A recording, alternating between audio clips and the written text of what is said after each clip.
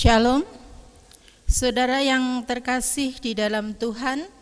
Berjumpa kembali kita di program Sapaan Majelis 3 Februari 2021.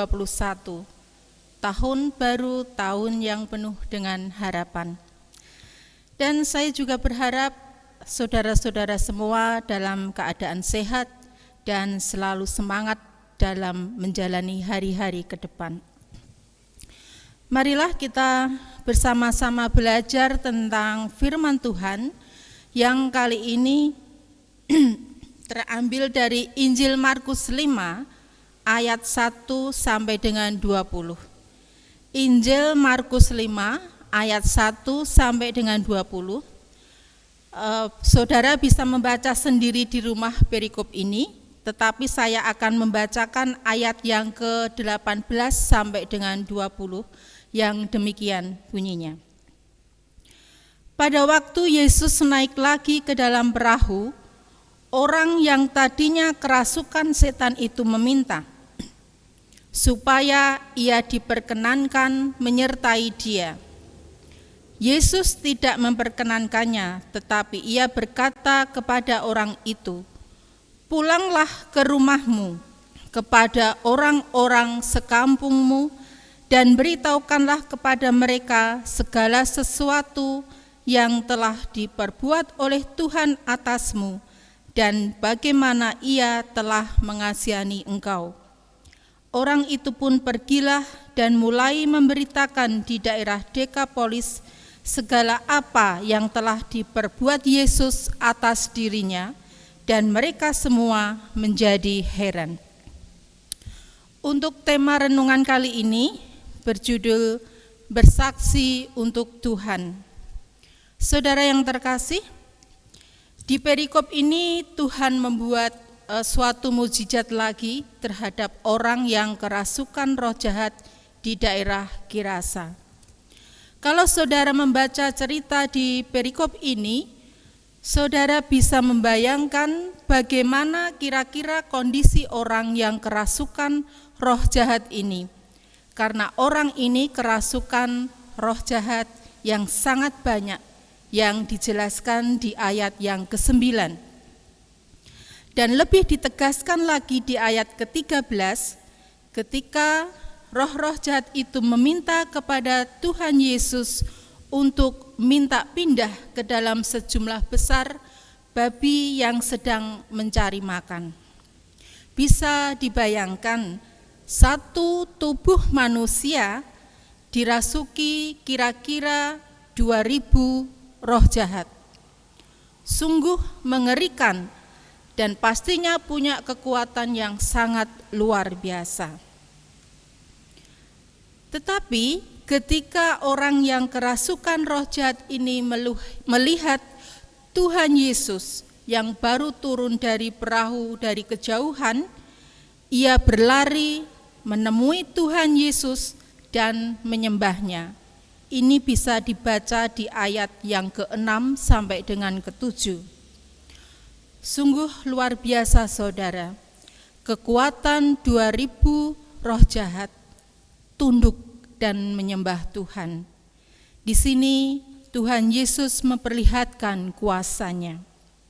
Saudara yang dikasihi Tuhan, singkat cerita, orang Gerasa ini sembuh, semangat hidupnya dipulihkan, sehingga ia bisa berpikir dengan baik. Sebagai ungkapan rasa syukurnya, ia meminta kepada Tuhan agar ia diperkenankan mengikut Tuhan Yesus kemanapun Tuhan pergi. Tetapi reaksi Tuhan terhadap permintaan orang Gerasa ini sangat menarik, bisa dibaca di ayat yang ke-19, ayat nas kita kali ini. Mengapa Tuhan Yesus tidak memperkenankan orang Gerasa ini untuk mengikutinya? Saudara yang terkasih, ternyata Tuhan punya rencana lain untuk orang Gerasa ini. Tuhan menyuruh orang Gerasa ini untuk pulang ke kampungnya dan memberi kesaksian di sana mengenai apa yang telah Tuhan lakukan atas dirinya dan menceritakan bagaimana Tuhan mengasihaninya. Apa yang dialami orang Gerasa ini adalah sebuah pengalaman luar biasa bagaimana Tuhan sanggup melakukan apapun. Yang dipikir manusia itu hal yang mustahil, tetapi bagi Tuhan tidak ada yang tidak mungkin. Yeremia 32 ayat 17b, tiada suatu apapun yang mustahil untukmu. Dan di Markus 5 ayat ke-20 dituliskan, tanggapan orang Gerasa ini akan perintah Tuhan kepadanya. Orang ini tidak membantah, dan ia pergi untuk bersaksi di daerah Dekapolis, tentunya dengan sukacita. Saudara yang terkasih, dari cerita ini kita belajar dari orang Gerasa untuk bisa bersaksi tentang kebaikan Tuhan.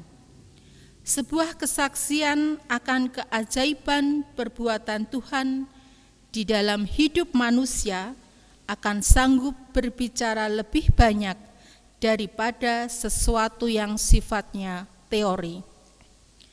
Kita tidak harus menjadi pengkhotbah dulu dan berkhotbah panjang lebar untuk bisa bersaksi. Orang akan lebih mudah menangkap ilustrasi dari kehidupan nyata.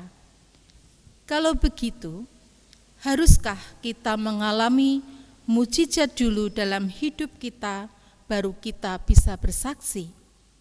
Saudara yang terkasih, sebuah kesaksian tidak harus selalu berisikan mukjizat-mukjizat seperti sembuh dari sakit penyakit atau berkat-berkat Tuhan yang melimpah di hidup kita.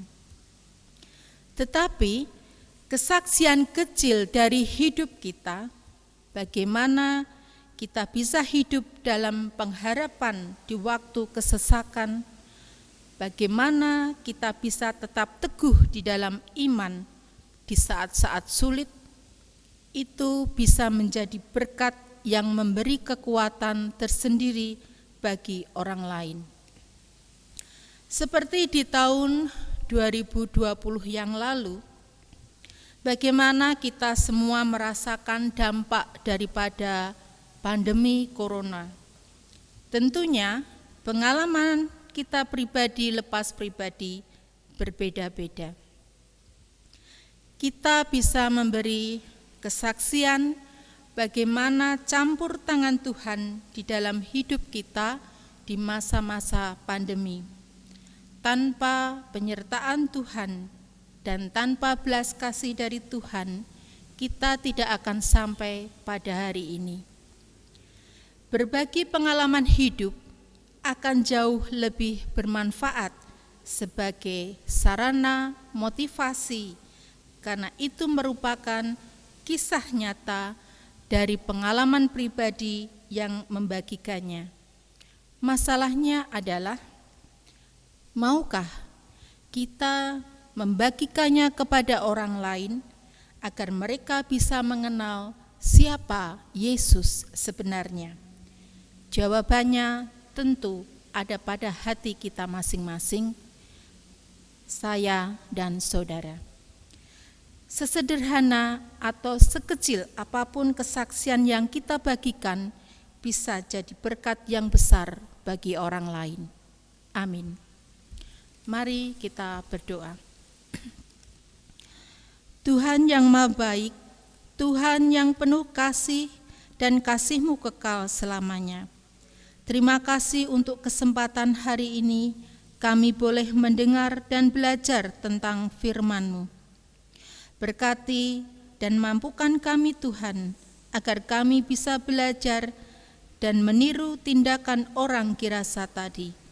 untuk bersaksi kepada orang lain tentang kebaikan Tuhan dan belas kasih Tuhan yang selalu kami rasakan di dalam hidup kami hari lepas hari. Melalui kehidupan nyata kami sehari-hari, dengan meletakkan harapan pada Tuhan dan mengandalkan Engkau di setiap sendi kehidupan kami, bisa menjadi kesaksian bagi orang di sekitar kami untuk bisa mengenal Tuhan yang penuh kasih.